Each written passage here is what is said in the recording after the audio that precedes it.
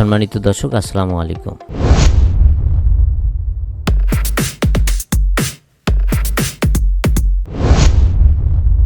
ষান্মাসিক সামষ্টিক মূল্যায়ন 2024 শিক্ষকগণের জন্য সাধারণ নির্দেশনা। এই নির্দেশনাটি আজ মাধ্যমিক উচ্চ শিক্ষা অধিদপ্তরের ওয়েবসাইটে প্রকাশ করা হয়েছে। নির্দেশনা ভূমিকাতে বলা হচ্ছে,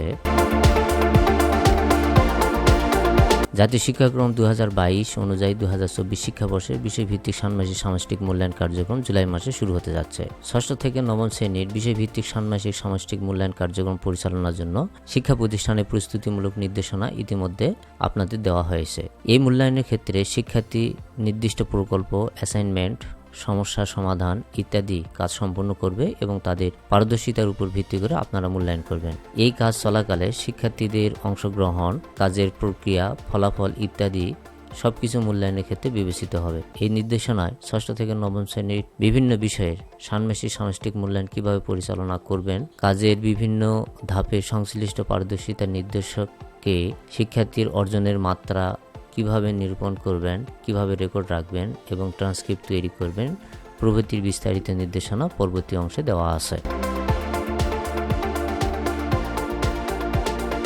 শুরুতেই ষান্মাসিক সামষ্টিক মূল্যায়নের পদ্ধতি।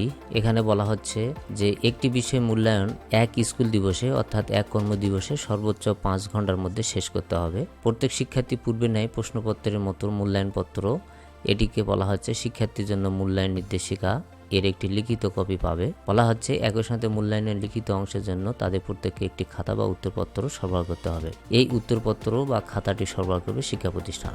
এবং একইভাবে শিক্ষার্থীর জন্য মূল্যায়ন নির্দেশনা শিক্ষার্থীর জন্য মূল্যায়ন নির্দেশনা এর লিখিত যে কপিটি, এই কপিটি প্রতিষ্ঠান প্রধানের ড্যাশবোর্ড থেকে প্রিন্ট আউট করে শিক্ষার্থীদের জন্য সরবরাহ করতে হবে। শুরুতেই নির্দিষ্ট বিষয়ে ষান্মাসিক সামষ্টিক মূল্যায়ন কিভাবে পরিচালিত হবে তার নিয়মাবলী শিক্ষার্থীদের জানাতে হবে। এরপরে বলা হচ্ছে মূল্যায়নে একক কাজ, জোড়াই কাজ, দলগত কাজ সহ বিভিন্ন কার্যক্রম থাকার পাশাপাশি লিখিত অংশ থাকবে। এই লিখিত অংশ খাতা বা উত্তরপত্রে লিখতে হবে। এ বিষয়ে মূল্যায়নপত্র তথা শিক্ষার্থীর জন্য মূল্যায়ন নির্দেশনা কপিতে স্পষ্টভাবে নির্দেশনা আছে, তার মানে এটি পাওয়া যাবে। এরপরে বলা হচ্ছে মূল্যায়নপত্র বা শিক্ষার্থীর জন্য মূল্যায়ন নির্দেশনা অনুযায়ী সর্বোচ্চ 5 ঘন্টার মধ্যে শিক্ষার্থী সকল কাজ সম্পন্ন করে শিক্ষককে তথা পর্যবেক্ষককে অর্থাৎ যিনি পরীক্ষা নেবেন কক্ষ পরিদর্শক তার কাছে জমা দিতে হবে। এরপরে বলা হচ্ছে শিক্ষকের জন্য নির্দেশনা মূল্যায়নের জন্য নির্ধারিত কাজসমূহ করার একটা খসড়া সময় বিভাজন দেওয়া থাকবে, কিন্তু প্রত্যেক শিক্ষার্থীর এর চেয়ে বেশি সময় বা কম সময় প্রয়োজন হতে পারে। শিক্ষক তথা পর্যবেক্ষক বা কক্ষ পরিদর্শক সেটা অনুসরণ করে শিক্ষার্থীদের মনে করিয়ে দিতে পারেন, কিন্তু কঠিনভাবে এই সময় বিভাজন অনুসরণ করতে হবে তা নয়। সময়ের জন্য শিক্ষার্থী যেন চাপ অনুভব না করে সে বিষয়টি বিবেচনা নিয়েই প্রকল্পগুলো নির্ধারিত করা হয়েছে, তাই শিক্ষার্থীকে ফ্লেক্সিবিলিটি দিতে হবে। তবে পুরো মূল্যায়ন কার্যক্রম সর্বোচ্চ 5 ঘন্টার মধ্যে সম্পন্ন করতে হবে। এরপরে বলা হচ্ছে শিক্ষা প্রতিষ্ঠানের মূল্যায়ন কাজ চলাকালীন শিক্ষক তথা পর্যবেক্ষক মানে কক্ষ পরিদর্শক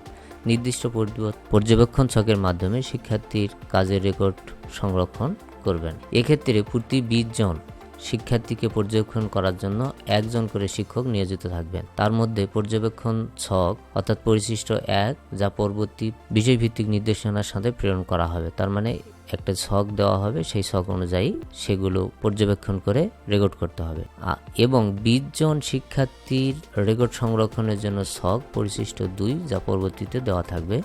এরপর বলা হচ্ছে সামষ্টিক মূল্যায়ন শেষে একজন শিক্ষক অর্থাৎ কক্ষ পরিদর্শক তার উপর অর্পিত 20 জন শিক্ষার্থীর মূল্যায়নের লিখিত অংশের খাতা, পর্যবেক্ষণ ছক এবং অন্যান্য প্রমাণাদি একত্রে বান্ডিল করে স্বাক্ষর সহ সংশ্লিষ্ট বিষয় শিক্ষকের নিকট জমা দেবেন। ধরুন যদি বিজ্ঞানের পরীক্ষা হয় তাহলে যে কোনো শিক্ষক কক্ষ পরিদর্শনের দায়িত্ব পালন করতে পারেন, কিন্তু তিনি এই সকল বিষয়াদি বিজ্ঞান শিক্ষকের নিকট জমা দেবেন। এরপরে বলা হচ্ছে বিষয় শিক্ষক বান্ডিল অনুযায়ী প্রত্যেক শিক্ষার্থী প্রথমে লিখিত অংশের মূল্যায়ন করবেন। লিখিত অংশের মূল্যায়নের জন্য ছক পরিশিষ্ট 3 এটা পরিশিষ্ট 3-এ দেওয়া থাকবে। অনুসরণ করে শিক্ষার্থী রেকর্ড সংরক্ষণ ছকে পরিশিষ্ট 4 অনুযায়ী শিক্ষার্থী অর্জনের মাত্রা রেকর্ড করবেন। এটি হতে পারে যেমন 10 মার্কের মূল্যায়ন হলে সেখানে সে যদি 0 থেকে 2 পায় তাহলে এটার জন্য হয়তো চতুর্ভুজ, হয়তো দেখা যাচ্ছে যে 10 মার্কের মধ্যে সে 3 থেকে যদি 6 পায় তাহলে এটার জন্য হয়তো বৃত্ত, এবং যদি সে 7 থেকে 10-এর মধ্যে 10 পায় তাহলে এটার জন্য হয়তো ত্রিভুজ, এরকম একটি নির্দেশনা দেওয়া থাকবে। এরপরে বলা হচ্ছে যে বিষয় শিক্ষক নির্ধারিত ছক অনুযায়ী পরিশিষ্ট 3 মতে শিক্ষার্থীর লিখিত অংশ মূল্যায়ন করে নির্দিষ্ট ছকে রেকর্ড সংরক্ষণ করবেন। বিষয় শিক্ষক পরবর্তীতে পর্যবেক্ষক কর্তৃক মূল্যায়নের পর্যবেক্ষণ ছক এবং লিখিত অংশের মূল্যায়ন ছকে শিক্ষার্থীর রেকর্ড থেকে সংশ্লিষ্ট পিআই ইনপুট দিবেন। কোথায় ইনপুট দিবেন? আর নৈপুণ্য অ্যাপসে এই ইনপুট দেওয়ার মাধ্যমে ষান্মাসিক সামষ্টিক মূল্যায়নের কাজ সম্পন্ন হবে। এরপরে বলা হচ্ছে যে পূর্বের মতো এবারও প্রতিটি পিআইগুলোতে শিক্ষার্থী রেকর্ড সংরক্ষণের জন্য একটি ছক পরিশিষ্ট 5 দেওয়া হয়েছে। এই ছকে প্রত্যেক শিক্ষার্থীর পিআই রেকর্ড লিখে সংরক্ষণ করতে হবে, যেন কোনো কারণে নৈপুণ্যে ইনপুট দিতে না পারলে এই ছক দেখে ট্রান্সক্রিপ্ট তৈরি করা যায়। পরবর্তীতে বিষয় শিক্ষকের সুবিধাজনক সময়ে নৈপুণ্য অ্যাপে ইনপুট দিতে হবে। এরপরে বলা হচ্ছে বিষয়ের চাহিদা অনুযায়ী মূল্যায়নের কাজগুলো সম্পন্ন করতে ন্যূনতম যে উপকরণ সরঞ্জামাদি প্রয়োজন তা বিদ্যালয় কর্তৃপক্ষ শ্রেণীকক্ষে সরবরাহ করবেন। শিক্ষার্থীদের আনতে বা সংগ্রহ করতে বলা যাবে না। এবারে বলা হচ্ছে বিষয়ভিত্তিক মূল্যায়নের দিন পর্যবেক্ষক মানে কক্ষ পরিদর্শক হিসাবে দায়িত্বরত শিক্ষকের কাজ। শুরুতে বলা হয়েছিল যেহেতু প্রতি 20 জন শিক্ষার্থীর জন্য একজন শিক্ষক মূল্যায়ন চলাকালে নিয়োজিত থাকবেন, সেহেতু সংশ্লিষ্ট বিষয় শিক্ষক ব্যতীত অন্যান্য শিক্ষকও পর্যবেক্ষক হিসাবে দায়িত্ব পালন করবেন। বিষয় শিক্ষক প্রধান শিক্ষকের সহায়তা নিয়ে শিক্ষার্থীর সংখ্যা অনুযায়ী কতজন কক্ষ পরিদর্শক বা পর্যবেক্ষক প্রয়োজন তা নির্ধারণ করবেন। এখানে উদাহরণস্বরূপ বলা হচ্ছে যদি 6ষ্ঠ শ্রেণীর একটি শাখায় 70 জন শিক্ষার্থী থাকে তাহলে 6ষ্ঠ শ্রেণীর বিষয় শিক্ষক এক্ষেত্রে 4 জন শিক্ষক কক্ষ পরিদর্শক হিসাবে নিতে পারেন, যেখানে 3 জন পর্যবেক্ষককে 20 জন করে আর 1 জনকে 10 জন করে, তার মানে 3 গুণন 20 এক্ষেত্রে হলো 60 জন, এক্ষেত্রে 60 জন প্লাস 1 জনকে দিলেন 10 জন, তাহলে এই হলো মোট 70 জন। কিংবা 2 জন শিক্ষার্থীকে 17 জন করে এবং কিংবা 2 জন শিক্ষককে 17 জন করে আর 2 জনকে 18 জন করে, তার মানে 17 করে দিলে আপনার হবে 34 আর 18 হবে 36, এই 34 আর 36 মিলে হলো আপনার 70। তবে লক্ষ্য রাখবেন যে একজন পর্যবেক্ষককে সর্বোচ্চ 20 জনের বেশি শিক্ষার্থী কাজ পর্যবেক্ষণ করতে দেওয়া যাবে না। এক্ষেত্রে কক্ষ পরিদর্শকের কাজ হবে একজন পর্যবেক্ষক সর্বোচ্চ 20 জন শিক্ষার্থীর কাজ পর্যবেক্ষণ করবেন। কাজে শিক্ষার্থীর সংখ্যা অনুযায়ী কক্ষ পরিদর্শক কতজন থাকবে তা নির্ধারিত হবে। এরপরে বলা হচ্ছে সামষ্টিক মূল্যায়ন পরিচালনার জন্য বিষয় শিক্ষকের কাছ থেকে শিক্ষকের দেওয়া অর্থাৎ বিষয়ভিত্তিক মূল্যায়ন নির্দেশনা শিক্ষার্থীদের দেওয়ার জন্য মূল্যায়নপত্র, পর্যবেক্ষণ ছক, তার পর্যবেক্ষণ রেকর্ড এবং সংরক্ষণ ছক এবং প্রয়োজনীয় উপকরণ বুঝে নেবেন। এরপরে বলা হচ্ছে শিক্ষকের জন্য বিষয়ভিত্তিক মূল্যায়ন নির্দেশনা অনুসরণে পর্যবেক্ষক শিক্ষক শিক্ষার্থীদের খাতা বা উত্তরপত্র কাজ বুঝিয়ে দেবেন, তার জন্য নির্ধারিত 20 জন শিক্ষার্থীকে পর্যবেক্ষণ করবেন। এরপরে বলা হচ্ছে শিক্ষার্থীর জন্য যে মূল্যায়ন নির্দেশনা দেওয়া হয়েছে তা প্রত্যেক শিক্ষার্থীকে পড়তে হবে। নির্দেশনা নিয়ে কোনো অস্পষ্টতা থাকলে তা দূর করতে সহায়তা করতে হবে।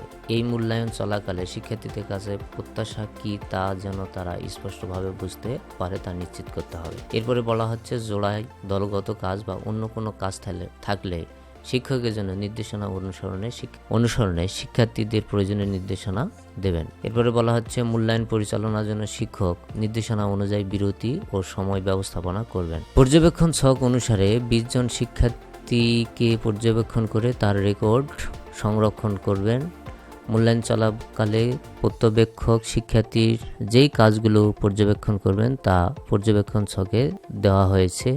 মূল্যায়নের বিভিন্ন ধাপে এই কাজগুলোতে আপনার তত্ত্বাবধানে থাকা 20 জন শিক্ষার্থী কিভাবে অংশগ্রহণ করছে তা পর্যবেক্ষণ ও যাচাই করে রেকর্ড করবেন। এরপর বলা হচ্ছে মূল্যায়ন শেষে শিক্ষার্থী 20 জন মূল্যায়ন শেষে নির্ধারিত 20 জন শিক্ষার্থীর লিখিত অংশের খাতা বা উত্তরপত্র জমা নেবেন, স্বাক্ষর করবেন, তাদের পর্যবেক্ষণ রেকর্ড সংরক্ষণ ছক একত্রে বান্ডিল করবেন।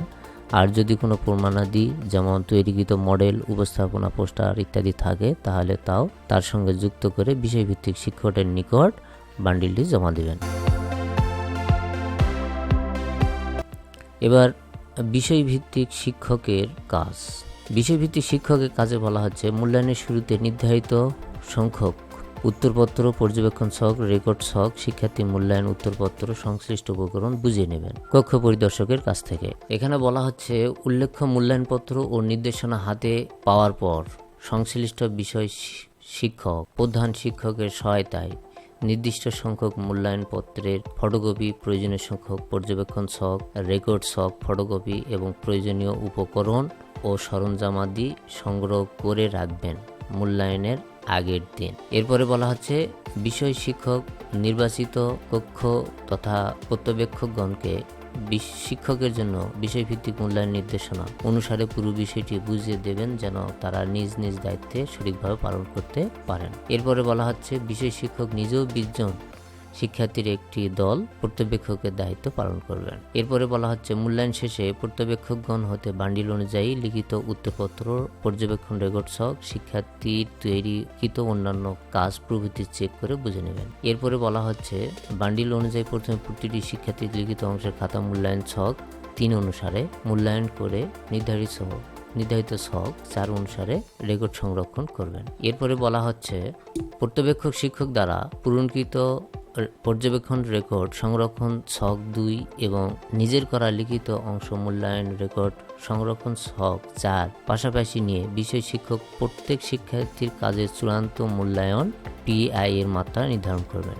উল্লেখ্য পর্যবেক্ষণ ছক এবং উল্লেখিত অংশ মূল্যায়ন ছকে প্রতিটি সূচক সংশ্লিষ্ট PI এর রেফারেন্স দেওয়া আছে। এরপরে বলা হচ্ছে বিষয় শিক্ষক নৈপুণ্য অ্যাপে PI ইনপুট দেওয়ার পাশাপাশি সংশ্লিষ্ট পরিশিষ্ট 5-এ দেওয়া ছক ব্যবহার করে প্রত্যেক শিক্ষার্থীর PI রেকর্ড লিখে সংরক্ষণ করবেন যেন কোনো কারণে নৈপুণ্য ইনপুট দিতে না পারলে এই ছক দেখে ট্রান্সক্রিপ্ট তৈরি করা যায়। এরপরে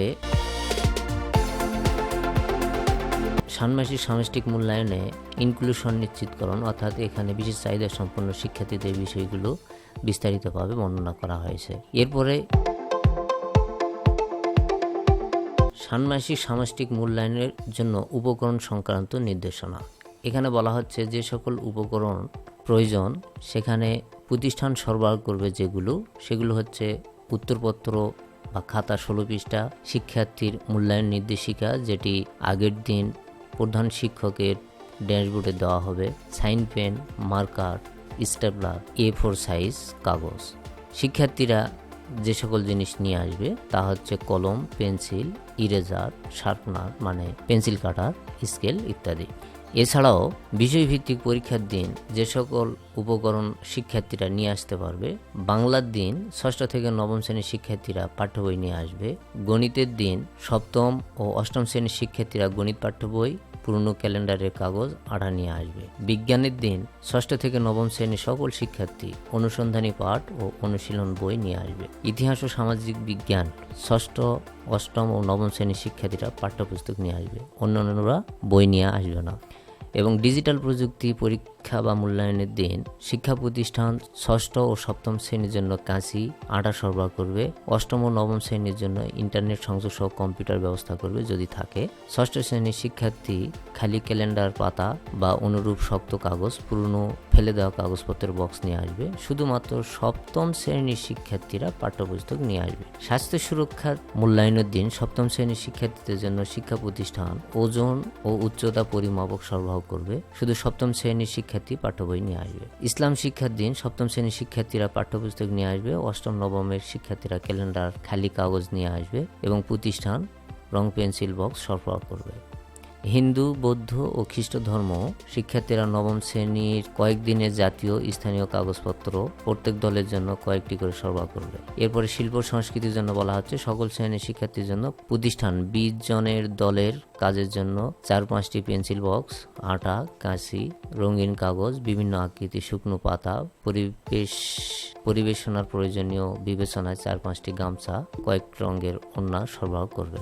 সবশেষে বিশেষ দ্রষ্টব্য হিসেবে বলা হচ্ছে ষান্মাসিক সামষ্টিক মূল্যায়ন রুটিন অনুসরণ করে প্রতিটি বিষয়ভিত্তিক মূল্যায়ন আগের দিন ওই বিষয়ভিত্তিক নির্দেশনা, শিক্ষার্থীর জন্য নির্দেশনা, মূল্যায়নপত্র নৈপুণ্য অ্যাপের মাধ্যমে প্রধান শিক্ষকের পোর্টালে প্রেরণ করা হবে।